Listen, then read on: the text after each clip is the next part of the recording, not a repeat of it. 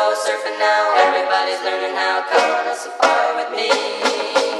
What is up, you guys? Welcome back to another one. If you are new to the channel, I am Gold Pony. I do new car, truck, SUV reviews on YouTube, and today we are in the new 2021 BMW X3, courtesy of Apple BMW in York, PA. For more information on their inventory, please feel free to check out the link in the description box below. And so, wanted to check this one out today. This is now part of the third X3 generation, first introduced in 2018. There is one minor change for the 2021 model year, and I'll get into that as we go on in the video. And I always enjoy reviewing this one, so we had to get back into it again today. So having said all that, what do you guys say? Let's just go ahead and jump right into it. And as always, let's start with pricing. And so there are a few different configurations you can go with for the 2021 X3. First one being the S-Drive 30i, starting at $43,000 even. Then there is the X-Drive 30i, starting at $45,000 even, and that's actually the one we have today. There is the M40i for $56,600 and the X-Drive 30e for $49,600. And so as you can imagine,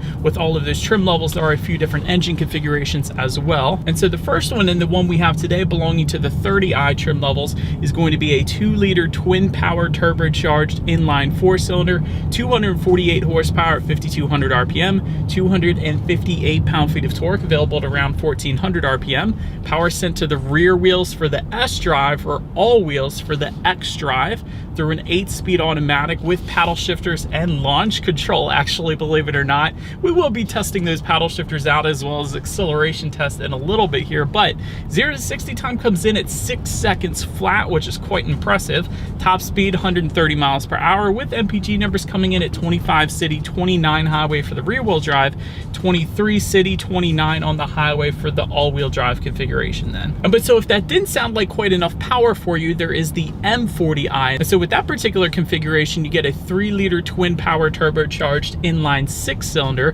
382 horsepower at 5,800 RPM, 368 pound-feet of torque at 1,800 RPM. Power sent to all 4 wheels. That is an all-wheel drive configuration only, through an 8-speed automatic. 0 to 60 on that one, 4.4 seconds, which is ridiculous for an SUV, to be quite honest.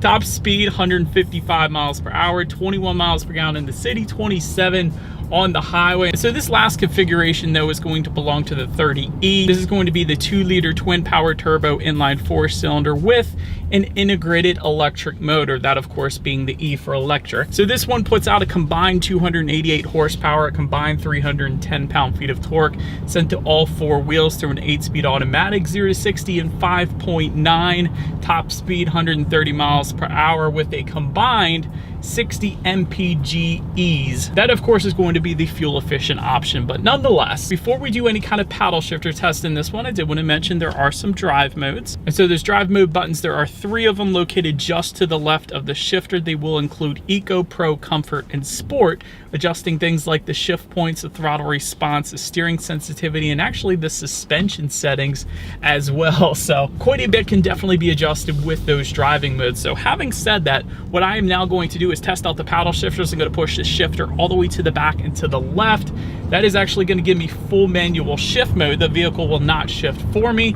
Let's go ahead and do that paddle shifter test. I just want to see how quickly they are going to react for us, essentially. All right, in first gear. You guys ready? Wait, sport mode. Here we go. Whoa. BMW, I swear, you always get it right there.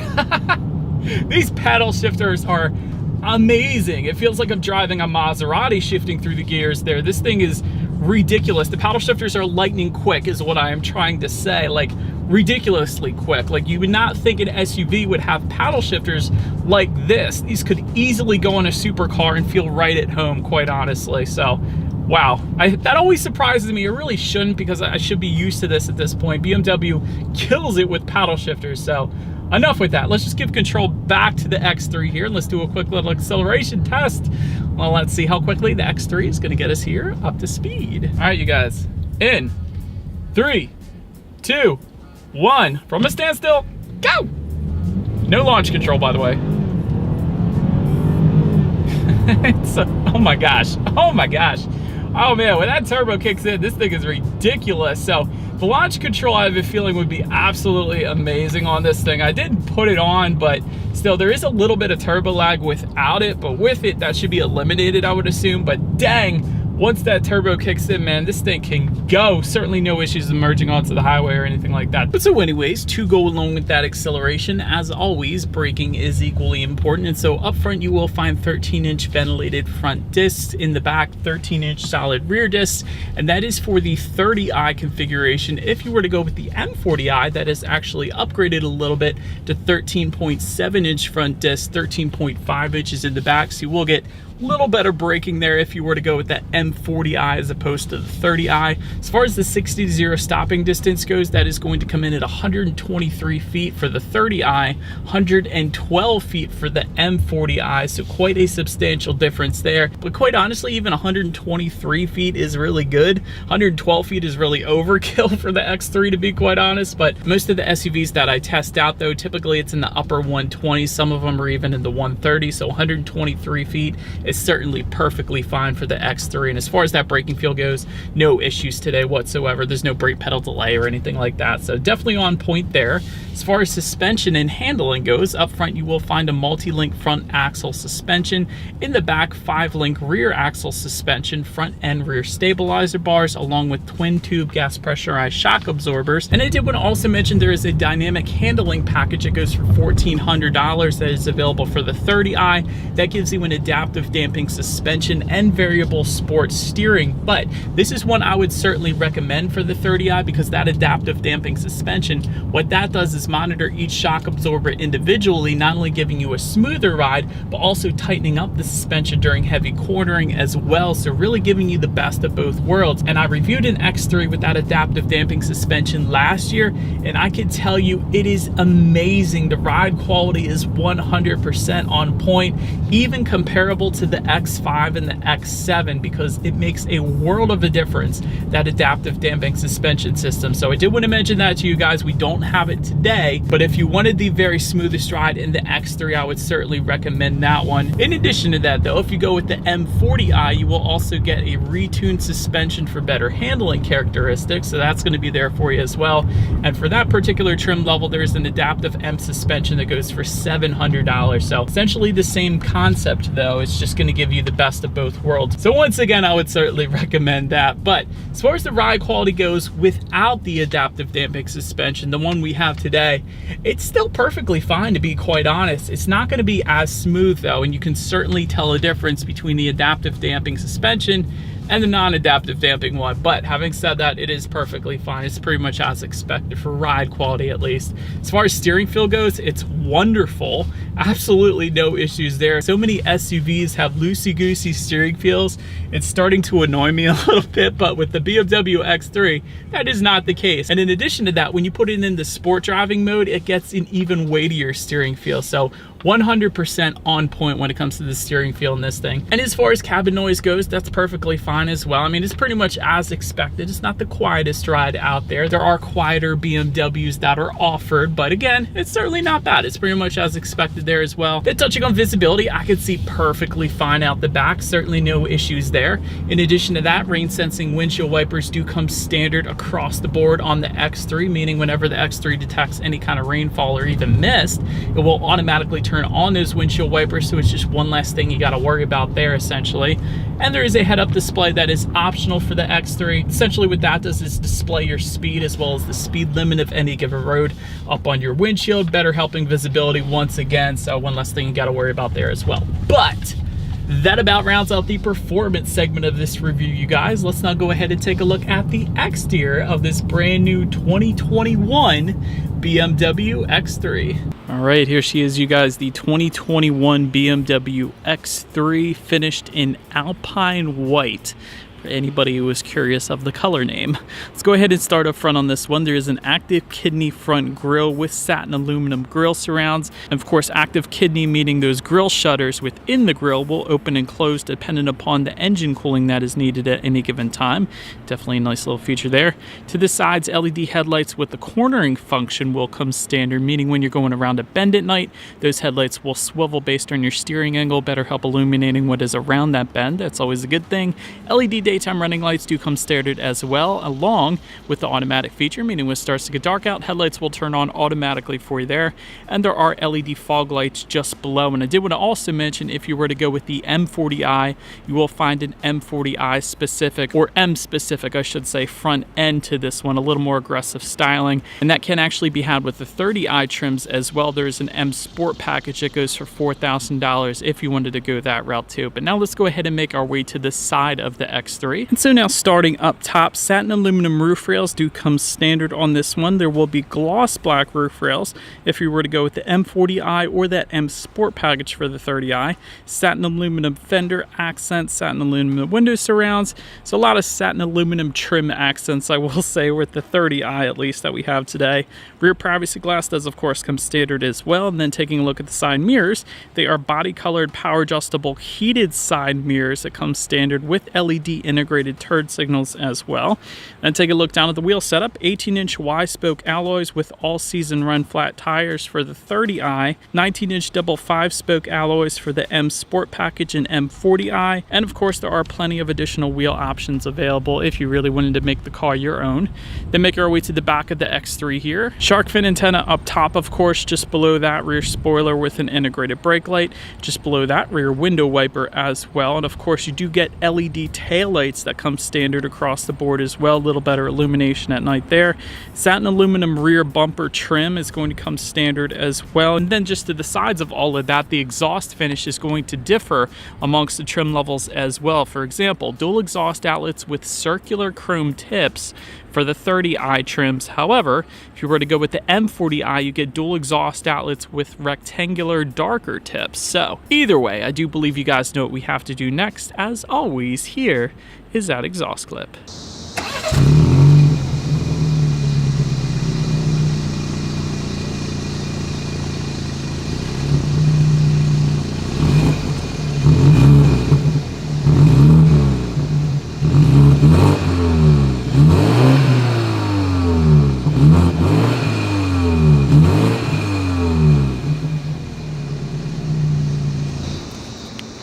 But now, since we are around back of the X3, when it comes to opening that rear liftgate, there is a power liftgate that does come standard on this one, and there is a hands-free liftgate that is going to be optional. But as far as that power liftgate goes, there is a button on the key fob.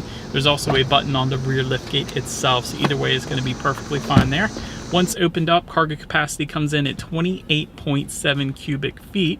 If that was not enough space for you, there is a 40-20-40 split, meaning the rear seats do fold down pretty darn flat as well, bumping that up to 62.7 cubic feet. Decent amount there. And as far as that cargo area goes, there is LED cargo lighting back there. There's plenty of grocery hooks, tie-down anchors, actually a decent amount of in-floor storage back there as well. So basically everything you would possibly need in a cargo area is going to be back there. Then make our way to the rear legroom. That comes in at 36.4 inches. So for reference, I'm an even 6 feet tall. This is how much space I have back there.